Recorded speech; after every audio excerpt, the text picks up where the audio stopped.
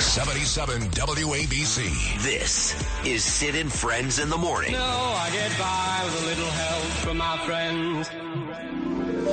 I'm singing in the rain. Just a lot of rain. In the rain. A lot of rain. And more to A come. lot of rain, and I understand there's more coming this morning. More coming, and right into the weekend. So, I take off from San Diego Airport. I'm over the... This is your own jet now. Yeah. Okay. A Hawker 400. I'm flying left seat. I think Jim Jacobs flying right seat. And we're at 31,000 feet and right over the Rocky Mountains. And all of a sudden, boom, boom, boom, I see my right instruments on my right engine. Ding, ding, ding, going down. And the airplane starts to shimmer because the right engine just went out. And you're at 31,000 feet, and you're not supposed to fly that airplane above 23,000 feet or something on one engine. You have to shut down the right engine because if it shimmies too much, the engine comes off, hits the tail, and if the engine comes off and hits the tail... Bye-bye, birdie. Bye-bye, birdie. So what actions did you take? Well, we shut down the right engine so it stops the shimmy. We declare an emergency, and they're going to put us into Phoenix. That was the closest airport. My passengers in the back start yelling at me. What are we going to do in Phoenix? Why don't we go to Las Vegas? True story. You can't make it up. They're yelling. What are we going to do in Phoenix? And you went to Vegas. Well, I didn't say anything yet. We got cleared into Vegas with one engine. The mountains are at wherever, 10,000, 11,000, 15,000 feet. And they had foam on both sides of the runway. This is 40 years ago, 1984. Yeah. Foam both sides of the runway, fire engines both sides of the runway, because on a single engine, you better make it in the right way the first time. Well, we're here. Now, and we landed, and we're pulling into the fixed base operation. It says, Hughes Aircraft, Las Vegas. Everybody started clapping in the back. Howard Hughes. By the way, that story is in your book. Is it in my book? That's in your book. How far do you want to go? The bestseller, Wall Street Journal bestseller. See, there wouldn't have been a book if I didn't That's right. be successful. We never had anything to work on. Now, should the other engine have also shut off? You can't glide in on a jet, can you? Very short. Where's David Paterson? Governor Paterson, are you on? Yes, sir. I was just listening to that story. That's a good story. By the way, if you now with my left eye not doing well, if you want me to drive you someplace, let me know.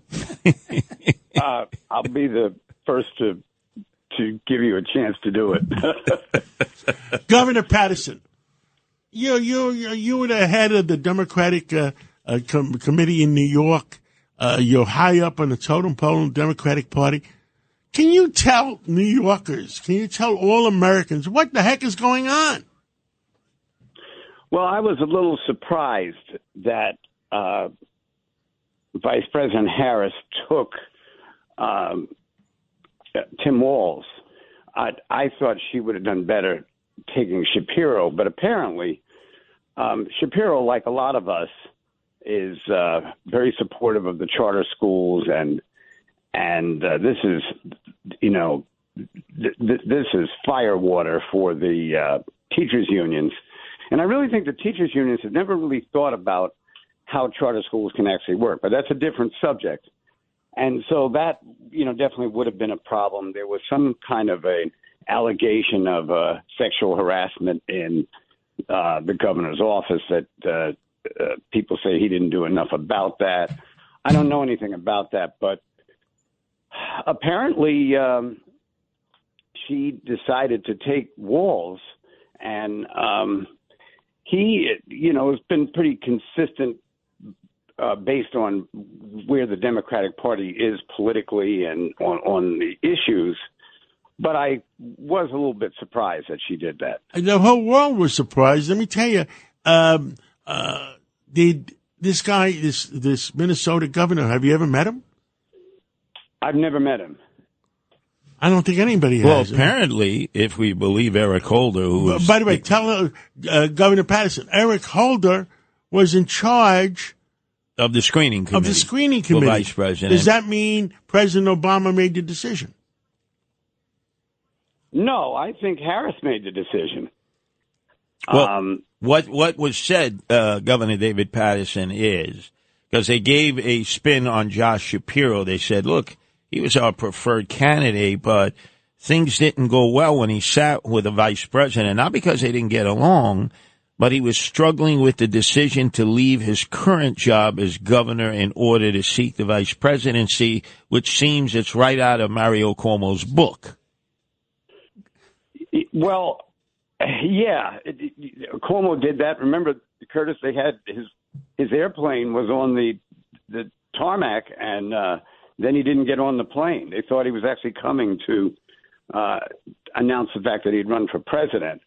And what can happen in those situations when you have a candidate like that, at a certain point, if you want the vice president to make up her mind, you have to make up your mind. So you can't have a meeting with her and say, love to do it, but I really don't want to leave my state. If I'm her, that's not the vote of confidence I'm looking for in someone I'm going to choose for vice president. Dave, it's Richard Weinberg. Good morning, and how are you? Good. So, I think that's a cover story. I think that's the cover to save his reputation, to save them.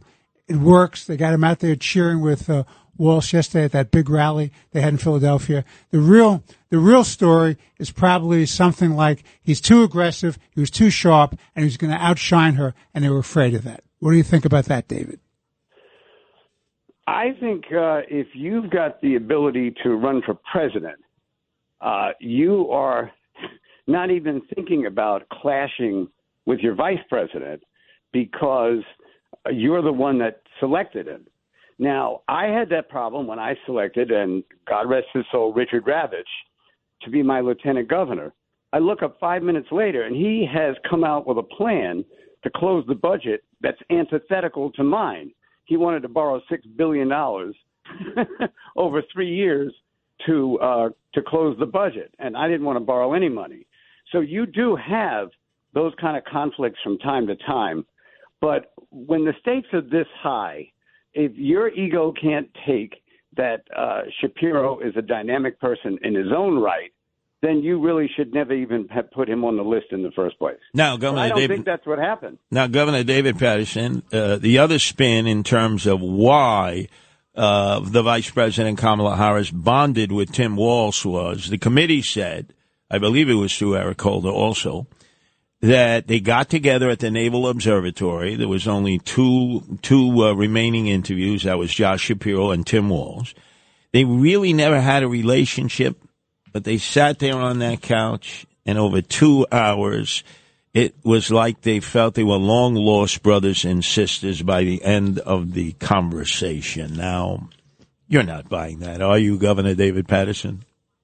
Well, it's not exactly that, they bonded as in, love at first sight or something like that. But there are times when you sit down and talk to someone and, you have a perception of them when they come in the office and you have a perception when they come out.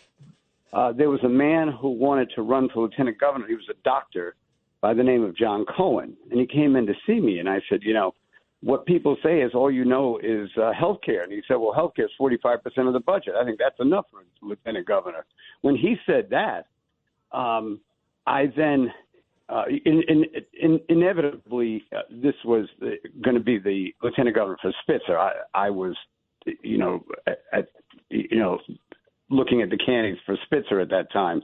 What I'm saying is you can have those moments where you click with someone and you realize, I think I could work with them better than anyone else. Now, that happens, John and Judge and Governor, when they put us together an afternoon drive at the Hotel Pennsylvania. It was Governor Paterson and Curtis Lewa for AM 970, The Answer, and I was able to get Governor Paterson to tell stories that he regrets telling on the radio, and he even said that to me. You got me to say something that I've never said before. Yes, you certainly did. And we had eggs thrown at the window while we were doing the show. Yes, yeah, oh yeah. I was at that hotel once in a while when Jerry Crowley invited me. Yes, Yeah, right in the window. Absolutely. But anyway, What did you guys do that they were throwing eggs at you? They were going to throw rocks at us, too. Why, Dave? You're such a nice guy. Curtis, I understand, but David? yeah, no, it was because he was with me. They were throwing it at me. Oh, okay. I was his partner. Though I have to say, my favorite moment is that Curtis had this kind of mantra he used to teach that he really did all the work and that I was the station's, they had a limousine driver come and pick me up. And he used to say this every day. Well, one night, this company said they wanted to talk to me about a contract. And they said, could you meet us a little after 7 o'clock? And I said, yeah, that's when the show ends.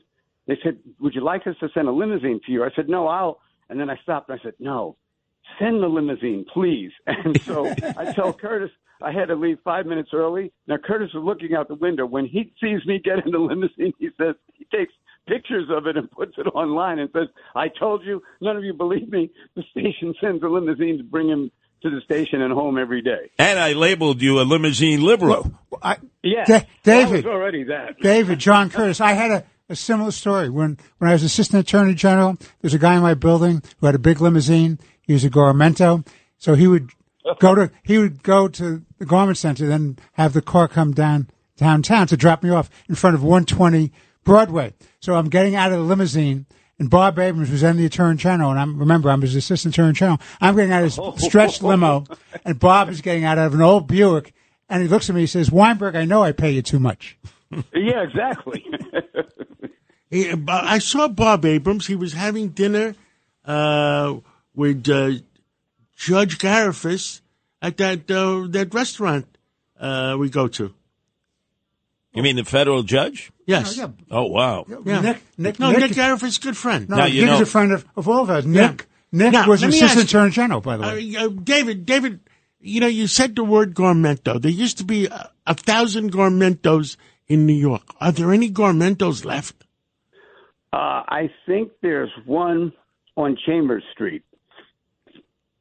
It all moved to China. I think all the Gormentos moved to are China. gone. Excuse the whole me, guys. industry. You're talking Did over the whole my, industry die? You're talking over my head and a lot of our listeners. What the hell is a Gormento? Somebody who makes schmatters. Somebody that makes. Haberdasher. You know how much clothing was made in New York? David, tell the people, Judge Weinberg, how much clothing was made in New York? And that whole industry's gone. The Ladies Garment Workers Union, powerful union. They helped make Jack Kennedy president. Yeah, well, they were so powerful they put everybody out of business. The clothing industry in New York City was so huge, and yet it's never really discussed when people talk about the emergence of New York City as compared to the other cities back in the 19th and 20th century. But, remember the what was it called? The shirt, fire? Yeah, the triangle. The triangle shirtwaist fire. Yeah, that was horrible. But it exposed a lot of problems, but it also made it clear how vital the industry was to the whole Eastern Seaboard. You know the story about Jack Kennedy's inauguration with the hat unions? They made him bring a hat to the inauguration. He put it on for a minute because that was the deal. And then he took it off. Guys, He never wore it again. We'll talk more later on.